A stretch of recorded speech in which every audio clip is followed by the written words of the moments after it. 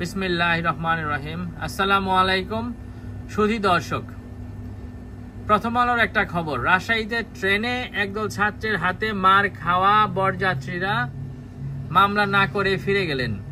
এটা গতকালকের একটা খবর, যদিও আজকে এক পত্রিকায় এখনো আছে। তো ব্যাপারটা হচ্ছে এরকম যে এখন কোনো ঘটনা ঘটলে, কিছু করলে মামলা করতেও মানুষ ভয় পাচ্ছে। কেন পাচ্ছে আমি জানি না, এটা সবার কাছে প্রশ্ন রইল আমার। আর আশা করব এই রকম অবস্থা থেকে আমরা খুব দ্রুতই পরিত্রাণ পাবো। দেশের ভালো হোক, যত তাড়াতাড়ি সম্ভব ভালো হোক। তো যাই হোক, খবরটা কিসের? রাজশাহীতে চলন্ত ট্রেনের ভেতরে আজ গতকাল শুক্রবার সকালে একদল ছাত্রের হাতে মার খাওয়া বরযাত্রীদের কেউ ভয়ে মামলা না করে বাড়ি চলে গেছেন। তারা বলছেন মামলা করলেই আদালতে যেতে হবে, আর আদালতের বারান্দা থেকে নিচে নামলে আবার মার খেতে হবে।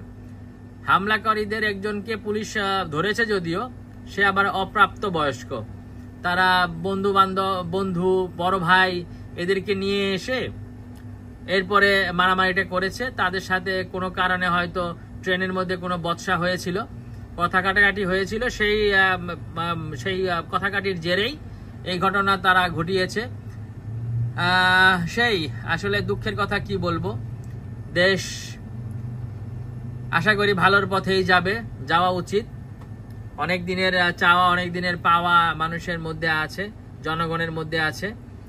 তো আমরা সবাই আশা করব যেন দেশ একটা ভালো জায়গায় যেতে পারে।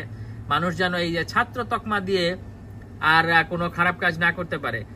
এই ছাত্র বলে এরা কোন রাস্তায় যে চলে যাচ্ছে, যাই ঘটতেছে সেখানেই কি লেখা, একদল ছাত্র। এখন ব্যাপার হয়েছে, এই ছাত্র যারা পড়াশোনা করে তাদেরকে আমরা ছাত্র বুঝি। আমি এই ছাত্রদের কথা নিয়ে একটা ভিডিও আমি বানাবো, আমি 2-1 দিনের মধ্যেই, বা আজকেও করতে পারি, জিনিসটা হয়তো করবো দিস আফটারনুন। কিন্তু আমার কাছে অবাক লাগছে যে এই যে একটা ট্রেন্ড এখন শুরু হয়েছে, কিছু হলেই গলার মধ্যে একটা ঝুলানো, আর বলা হচ্ছে যে আমি ছাত্র। আরে ছাত্র বলেই যা হচ্ছে দেশে, এটা আসলেই মেনে নেওয়ার মতো না। আর আশা করব উপদেষ্টারা যারা আছেন, শ্রদ্ধেয় ডক্টর ইউনূস, উনি এই ব্যাপারগুলো দেখবেন, এবং আশা করব দেশের আইন শৃঙ্খলা রক্ষাকারী বাহিনী, যদিও কিছু নাই দেশে, কোনো আইন শৃঙ্খলা রক্ষা করার জন্য তো কেউ নাই। আমাদের উচিত, আমাদের সাধারণ জনগণ, আমি আর ছাত্রদের কথা বলছি না এখন, কারণ আমার কাছে মনে হচ্ছে দিন দিন সব আয়ত্তের বাইরে চলে যাচ্ছে।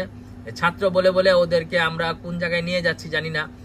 আমরা ওদেরকে কন্ট্রোল করার মতো কেউ আমি দেখতে পাচ্ছি না। আমি বলবো ওদের বাবা মারাই যদি একটু কন্ট্রোল করে, তাহলেই এখন দেশটার এখন যেটা হবে, কোনো একটা ভালো কিছু করতে হলে তাহলে ওই ছাত্রদের কাছে আর কোনো আইন শৃঙ্খলা রক্ষাকারী বাহিনী না পাঠিয়ে এই ছাত্রদের বাবা মার কাছে রিকোয়েস্ট করা উচিত, প্লিজ আপনারা একটু লুক আফটার করুন আপনাদের বাচ্চা কাচ্চাদের। তারা যেন এই ছাত্র নাম দিয়ে আর রাস্তাঘাটে অরাজকতা সৃষ্টি না করে। আর এইটাই থাকবে সবার কাছে আমার একমাত্র প্রত্যাশা। আর দেশের ভালো চাই, দেশের মানুষের ভালো চাই, কিন্তু কোনো একটা দল মত নিয়ে এইটা নিয়ে আর আলাপ আলোচনা করতে চাই না, এদেরকে দিয়ে আতঙ্কিত হতে চাই না। আর এদের ভবিষ্যৎ নিয়ে আশাবাদী। আশা করব ছাত্ররা তাদের ভালো মন্দ বুঝতে পারবে। তারা এত কিছু বোঝে, তাহলে তারা তাদের ফিউচারটাও বুঝতে পারবে, যে ফিউচারে তাদের কি করতে হবে আর কি করা উচিত, তারা কি করছে। তো এই পর্যন্তই আজকে। সবাই ভালো থাকবেন। আবারও বলছি, ছাত্রছাত্রীদের বাবা মাদেরকে রিকোয়েস্ট করছি, আপনারা আপনাদের বাচ্চা কাচ্চাদের এখন কন্ট্রোল করুন। ধন্যবাদ সবাইকে পাশে থাকার জন্য।